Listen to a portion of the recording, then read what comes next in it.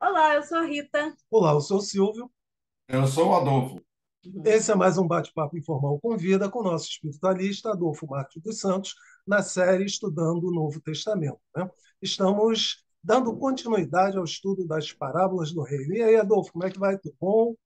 Tá tudo bem aqui, tá tudo bem. Já temos Graças. sol, Daqui a pouco tá quente aí de novo, né? daqui a pouco tá quente. Vem cá, nós não fizemos o jabá, né? E é isso. Pessoal, não esqueçam de visitar a nossa página, de dar o seu like, Deixar seu comentário, suas perguntas. repassar o vídeo para os seus amigos, né? De forma que nós possamos chegar aos 400 inscritos. Estamos nessa campanha. Não é obra de igreja, mas está demorado, hein? E aí, Adolfo, mais uma vez, você já se inscreveu no nosso canal, já repassou nossos vídeos?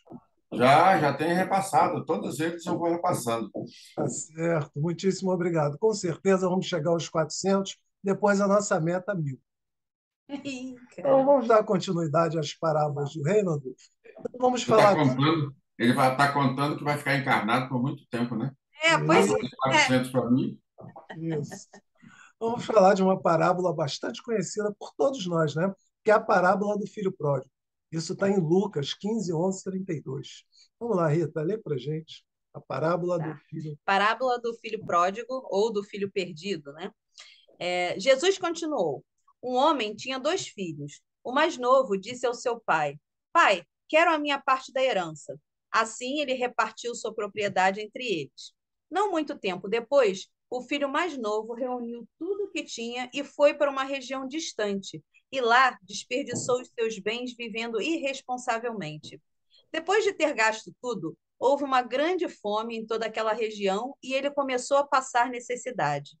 Por isso, por isso foi empregar-se com um dos cidadãos daquela região, que o mandou para o seu campo a fim de cuidar de porcos. Ele desejava encher o estômago com as vagens de alfarrobeira que os porcos comiam, mas ninguém lhe dava nada. Caindo em si, ele disse: Quantos empregados de meu pai têm comida de sobra, e eu aqui morrendo de fome? Eu me porei a caminho e voltarei para o meu pai e lhe direi: Pai, pequei contra o céu, contra ti. Não sou mais digno de ser chamado teu filho. Trata-me como um dos teus empregados. A seguir, levantou-se e foi para seu pai. Estando ainda longe, seu pai o viu e, cheio de compaixão, correu para seu filho e o abraçou e beijou. O filho disse: Pai, pequei contra o céu e contra ti. Não sou mais digno de ser chamado teu filho. Mas o pai disse aos seus servos: Depressa, tragam a melhor roupa e vistam nele. Coloquem um anel em seu dedo e calçados em seus pés. Tragam um novilho gordo e matem-no. Vamos fazer uma festa e alegrar-nos. Pois este meu filho estava morto e voltou à vida, estava perdido e foi achado. E começaram a festejar o seu regresso. Enquanto isso, o filho mais velho estava no campo. Quando se aproximou da casa, ouviu a música e a dança. Então chamou um dos servos e perguntou-lhe o que estava acontecendo. Este lhe respondeu: Seu irmão voltou e seu pai matou o novilho gordo porque o recebeu de volta são e salvo. O filho mais velho encheu-se de ira e não quis entrar. Então seu pai saiu e insistiu com ele. Mas ele respondeu ao seu pai: Olha, todos esses anos tenho trabalhado como um escravo a teu serviço e nunca desobedeci às tuas ordens, mas tu nunca me deste um cabrito sequer para eu festejar com os meus amigos. Mas quando volta para casa, esse teu filho, que esbanjou os seus bens com as prostitutas, matas um novilho gordo para ele? Disse o pai: Meu filho, você está sempre comigo e tudo o que tenho é seu. Mas nós tínhamos que celebrar a volta desse teu irmão e alegrar-nos, porque ele estava morto e voltou à vida, estava perdido e foi achado. Ô, Adolfo, nós gostaríamos, né, de perguntar a você se há uma base comum entre a parábola do filho pródigo e a parábola da ovelha perdida. Então, vamos pegar primeiro o filho pródigo. O que é esse filho mais novo? É para sinalizar para nós que é muito comum aqui na Terra falar assim, aquele espírito é velho, e nós associamos essa palavra como se fosse sinônimo de evolução. Então, temos muitos espíritos velhos, velhos, velhos, mas com ideias totalmente retrógradas a tudo aquilo que Jesus ensinou para todos nós. Então, não basta ser velho. Então, o filho mais velho ficou, o mais novo saiu. Então, o que é que nós já aprendemos pela lei de causa e efeito, a lei da reencarnação? Esse filho que saiu, somos todos nós figuras de Deus no conjunto universal. Ou seja, saímos da condição monádica como filhos de Deus. Saímos, aí a linguagem material, né? Ou a linguagem de quem escreveu, que botou, esbanjou tudo, mais isso, mais aquilo, mais aquilo. Se individualizarmos para cada vida, nós vamos encontrar talvez uma linguagem mais adequada. Mas se generalizarmos assim como universal, somos todos nós que saímos simples e ignorantes, desde que fomos criados por Deus, e fomos adquirir experiência. Então, esse filho jovem aí tem que ser aplaudido, porque ele teve a coragem de sair para poder adquirir experiência. O que é que nós já aprendemos com Pietro Baldi? Ninguém consegue ensinar a experiência que não viveu. Então, hoje, nós já temos uma linguagem, todos os espíritos evoluídos, ascensionados, que já transcende a nossa capacidade de imaginação, passaram pela mesma realidade. Jesus, nosso modelo e guia, ele seguiu as leis normais do Criador, né? Então, também pediu a herança do pai, também. É uma linguagem simbólica, porque para evoluir, nós temos que buscar experiências. Isso é comum para todos nós. Tá? Agora, é importante, ninguém consegue ensinar a experiência que não viveu. Agora, quando ele foi lá, nessa linguagem simbólica, que sentiu fome, sentiu isso, sentiu aquilo, é muito bom. Então, até nos nossos livros, nós usamos muito essa linguagem. Chega um determinado momento em que nós já vamos nos desvinculando, desfazendo aqueles elos psíquicos do ter, porque nós queremos expressar o ser. É esse momento em que nós sentimos saudade do Pai. E aí eu coloquei, nesse momento nós passamos a sentir saudade de Deus. O mundo material, maravilhoso, vamos agradecer sempre, mas já não tem mais aquela energia que motive tanto para nós termos. E é por isso que quando as pessoas têm uma conduta ainda muito da posse, vamos respeitar. Jesus pediu não criticar, não julgar, porque se o espírito ainda é astuto, está ótimo, está ótimo. Porque o Pietro Baldi também nos ensina. Quando nós chegarmos no auge da astúcia, nós estamos com possibilidade de darmos o primeiro passo em direção à honestidade. Então, a honestidade sempre vem depois da astúcia. São leis normais, mas para nós que não compreendemos, nós julgamos com as observações dos nossos sentidos biológicos. Essa volta, então, do filho pródigo, né, seria o nosso retorno consciente para Deus. Para Deus. Né? Tanto é que nós tivemos aí, né, Adolfo? Até publicamos ano passado, um livro que eu acho que vocês já têm aí, Retorno Consciente para Deus. Que é justamente, né, inspirado nessa parábola, não foi, Edu? Parábola. A espiritualidade fez uma citação sobre o filho pródigo e colocou: o momento planetário é o momento de reversão. Todos nós sabíamos que quando chegássemos em Aquário, nós estaríamos em grandes transformações. Vou até botar assim, ó. Não, ao contrário, tá de cabeça para baixo. Tá bom, retorno, assim. Retorno, né? Se é retorno, então retorno consciente para Deus. É exatamente a parábola do filho pródigo. Né? A espiritualidade sinalizou e nós transformamos nesses apontamentos para a pessoa botar os pés no chão e não ficar levando a parábola, que Jesus usava o mundo material para que nós, através dos séculos, dos milênios solar, eras, ciclos planetários, nós atingíssemos essa graduação, o entendimento que transcende a forma. Você ia perguntar alguma coisa? Mas deixa eu voltar, Adolfo, numa pergunta a respeito dessa questão da parábola do filho pródigo com a parábola da ovelha perdida. Porque na parábola da ovelha perdida é aquela história, né, que um determinado pastor tinha lá, sei lá, suas 100 ovelhas, vamos botar um número exato, aí 99 estavam ali bonitinhas, direitinhas, ele viu que uma se perdeu. E aí ele foi atrás dessa que se perdeu. Né? E quando a encontrou, ele voltou jubiloso. Por quê? Porque naquele momento, naquela situação, o mais importante era repatriar, vamos assim dizer, a ovelha perdida, porque as outras 99, em tese, já estariam encaminhadas.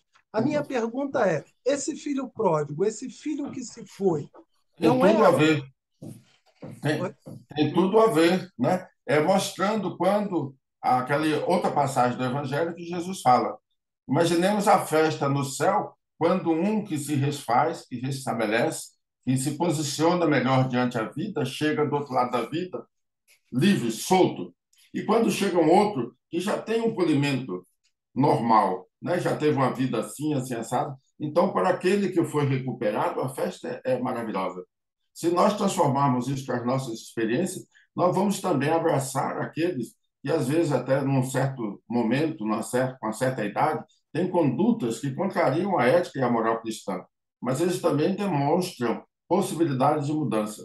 E se tiver um bom orientador, aqueles aquecedores divinos que conseguem abraçar aquele que errou, dar a ele o calor, a oportunidade, dar uma melhor graduação escolar, né, principalmente conhecendo as leis divinas. Então, os céus. Por isso que Jesus falou, não criticar. Ele não apontou um erro de ninguém, não fez crítica a ninguém. Isso é normal dos guias. O ser humano que quer ser guia não deve criticar ninguém, porque senão nós vamos continuar abraçando Jesus de maneira superficial. Eu conheço a letra, eu conheço, aí desencarna, vai para um estado de remorso, tombado do outro lado da vida pela culpa. Eu aprendi a letra, mas não experienciei, não vivenciei. Então, quando eu aprendo a letra, eu tenho ciência das coisas de Deus. Quando eu experiencio, eu passo a ser um sábio. Eu transformei o conhecimento em sabedoria. Aí eu passo a ter consciência da onipresença de Deus. Agora, se a gente for comparar as duas parábolas, né? A ovelha que se perdeu seria o filho que saiu de casa. E as outras ovelhas seriam comparadas ao filho que ficou em casa. Agora, na parábola das ovelhas perdidas, as ovelhas que não sumiram, que ficaram lá, eram porque já estavam bem encaminhadas, já estavam, né, no caminho já correto. Agora, o segundo filho, o filho mais velho, ele se encaixaria também nessa condição de que Não, já. ele não se encaixaria porque as ovelhas não falam, a parábola não fala que elas já eram mais experientes. Mas o filho mais velho dá a entender que se ele ficar parado, amuado, querendo que caiam as benesses celestiais, ele não vai adquirir a sua liberdade íntima, a sua libertação íntima. Então, ficar parado e aguardando, olha, eu sempre tive contigo, mais isso, mais aquilo, não, tem que sair, tem que investir. Então, você vê só na modernidade, para nós, os seres biológicos, cadê os nossos filhos? Estão adquirindo experiências aqui, ali, acolá, né? Se ficar a vida toda preso ali, quando nasce, como a gente usa, no rabo da saia da mãe, possivelmente são espíritos deficientes para a conduta social e a conduta ética, Então né? A conduta ética e a conduta moral. ele tá mais Então, associado àquele de um talento, da outra parábola do outro vídeo, né, que a é, gente falou, do que as ovelhas, né, que ficaram e permaneceram. mas isso é importante, gente. Com a palavra de um líder como é o Jesus, a pessoa se libertou, se melhorou, criou nova estrutura. Como diz o nosso Ramatiz, quantas pessoas ali ouvindo Jesus choravam, choravam, choravam muito, muito, muito, muito. Por quê? Entravam no estado de êxtase. E aqueles outros choravam, tomados pelo remorso. Por que que eu tenho essa conduta? Por que que eu tenho isso? Imaginemos, em todas as épocas, quantas vezes as mulheres foram agredidas, pisoteadas. Então, a pessoa, o ser humano masculino, tem uma conduta tão anticristã com qualquer um, mas imagina só ferir representante de Deus. Como o Ramatiz fala, a mulher, quando se propõe à maternidade, é médium de Deus, é médium da vida. Então, como é que nós, que estamos temporariamente num corpo masculino, vamos agredir a médium de Deus? Semblante, só Deus sabe. É assim. Então, o Evangelho é para nós transcendermos os exemplos materiais. Ele tem que usar alguma coisa que, naquela época, naquele momento, os seus ouvintes possam entender. E, com o tempo, esses mesmos ouvintes vão reencarnando, se dedicando a causas mais enobrecedoras e vão transformando essas lições de Jesus para a vivência ética e para a vivência moral. Então, Adolfo, agora nós vamos para a nossa última parábola desse vídeo, né? Que é a parábola dos operários da vinha. A Rita vai dar uma lida para a gente. Então, a parábola dos operários ou trabalhadores na vinha. Pois o reino dos céus é como um proprietário que saiu de manhã cedo para contratar trabalhadores para a sua vinha. Ele combinou pagar-lhes 1 denário pelo dia e mandou-os para a sua vinha. Por volta das 9 horas da manhã, ele saiu e viu que outros que estavam desocupados na praça e lhes disse: Vão também trabalhar na vinha, e eu pagarei a vocês o que for justo. E eles foram. Saindo outra vez por volta do meio-dia e das 3 horas da tarde, fez a mesma coisa. Saindo por volta das 5 horas da tarde, encontrou ainda outros que estavam desocupados e lhes perguntou: Por que vocês estiveram aqui desocupados o dia todo? Porque ninguém nos contratou, responderam eles. Ele lhes disse: Vão vocês também trabalhar na vinha. Ao cair da tarde, o dono da vinha disse ao seu administrador: Chame os trabalhadores e pague-lhes o salário, começando com os últimos contratados e terminando nos primeiros. Vieram os trabalhadores contratados por volta das 5 horas da tarde e cada um recebeu 1 denário. Quando vieram os que tinham sido contratados primeiro, esperavam receber mais, mas cada um deles também recebeu 1 denário. Quando, quando o receberam, começaram a se queixar do proprietário da vinha, dizendo-lhes: Esses homens contratados por último trabalharam apenas 1 hora, e o senhor os igualou a nós, que suportamos o peso do trabalho e o calor do dia. Mas ele respondeu a um deles: Amigo, não estou sendo injusto com você. Você não concordou em trabalhar por 1 denário? Receba o que é seu e vá. Eu quero dar ao que foi contratado por último o mesmo que dei a você. Não tenho o direito de fazer o que quero com meu dinheiro? Ou você está com inveja porque sou generoso? Assim, os últimos serão primeiros e os primeiros serão últimos. Pergunta seria entender isso. Os últimos serão os primeiros e os primeiros serão os últimos. Então, o que acontece? Vamos trazer novamente Pietro Baldi para a nossa conversa. O Pietro Baldi fala, esses que trabalharam com contrato, ele não usa essa linguagem, eu que estou fazendo a adaptação. Esses que trabalharam com contrato, nós vamos dizer assim, são aqueles que estão trabalhando em função do trabalho econômico, que é para minha vivência, minha sobrevivência, a criação dos meus filhos, a educação, essa parte externa da parábola. Então, é o primeiro momento que todos nós fazemos ou trabalhamos. No segundo momento, em função da nossa evolução, nós já não vamos estar tão presos à aquisição para guardarmos. Gente, eu preciso deixar aí um bom fundo financeiro, um bom saldo bancário, um bom isso, aquilo, para na minha velhice eu poder desfrutar à vontade. Ele nem sabe se amanhã vai acordar, mas deixa para lá. Então, é, nessa segunda etapa da evolução, ele já não fica tão preso, repetindo, ao ter. Ele já consegue dividir o que ele tem. Isso é muito comum. Pessoas que já não trabalham tão somente pelas aquisições pessoais, mas ele já fica preocupado com a sociedade. Então, tem aquele outro, aquele que dá um pedacinho de pão, tem aquele que dá uma roupa, tem aquele que dá um sapato, e nós vamos já nos preocupando com a parte social. Numa terceira etapa da nossa evolução, diz o Pietro Baldi, aí o trabalho é o trabalho moral. Então, esse da última hora já está no trabalho moral. Ele não exigiu nada. Ele deu 1 denário porque ele quis. Porque, olha, você não falou nada, não cobrou nada. Os primeiros, não. Os primeiros estavam em função da economia. Então, o que é que diz o Pietro Baldi? O primeiro trabalho é o trabalho econômico. Quando você se melhora, já consegue fazer o trabalho social. Você divide com os seus semelhantes. E quando chega nessa etapa de trabalhar pelo trabalho, isso aí já é o trabalho moral. Então, são 3 fases da nossa evolução. E para alguém querer fazer uma avaliação, tem que fazer, na verdade, uma autoavaliação. Será que eu estou tomado pela posse? Será que eu vou me deitar? Primeiro eu vou contar minhas moedinhas para poder saber quanto é o saldo da poupança. Então, tem pessoas que não vivem, só preocupados com o ter. Mas o terceiro exemplo, ele quer é ser útil. Agora, imaginemos espíritos que já estão evoluídos, conscientes do seu papel diante da vida e do autor da vida. Quantos espíritos trabalham e já não tem mais nenhuma, mesmo na carne, já não tem mais nenhum vínculo com o ter. Eles simplesmente trabalham. Quando ele desencarna, ele passa a ser um voluntário cósmico a serviço da vida.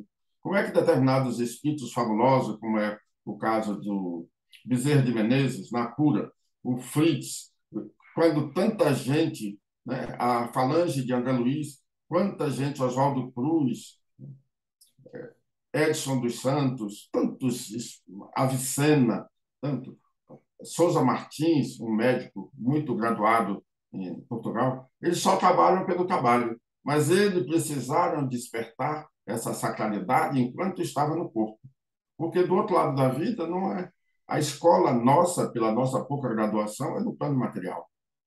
Então, eles trabalham aqui e ali. A irmã Sheila, imagina só se a irmã Sheila, cultuada nessa imensidão de Brasil, se ela fosse cobrar. Então, na vida material, ela já tinha demonstrado que era capaz de doar e doar-se. Por isso que hoje ela é essa voluntária cósmica a serviço da vida na Terra. Podemos fazer alguma analogia com o trabalhador da última hora e o nosso momento atual? Existe alguma analogia? Então, por isso que nós pedimos, vamos fazer uma avaliação se eu estou me dedicando todo o tempo ao ter ou se eu já estou nessa segunda etapa. Já estou me preocupando com a minha sociedade. Quanta gente carente, quanta gente anda nos centros das cidades, quanta gente, às vezes com chuva, com frio, dormindo, desamparado de tudo. Quantas pessoas sem o pão de cada dia, outros sem água. Outros... Então, é uma fase. Então, serve para todos nós. A lição é muito nobre. Então, nós podemos fazer essa avaliação. Como estou eu diante do imponderável? Como estou eu diante de Deus, das leis da vida? Será que eu estou muito preso ao ter ou eu estou já me dedicado a ser um representante da divindade para levar os meus semelhantes ao exercício do desapego? Adolfo, apesar, como você mesmo falou, a parábola ela fala de trabalho. Mas a gente poderia dizer que esse trabalho seria a nossa reforma no sentido de alcançarmos um caminho crístico, no sentido de sermos capazes de assimilar a mensagem trazida por Jesus?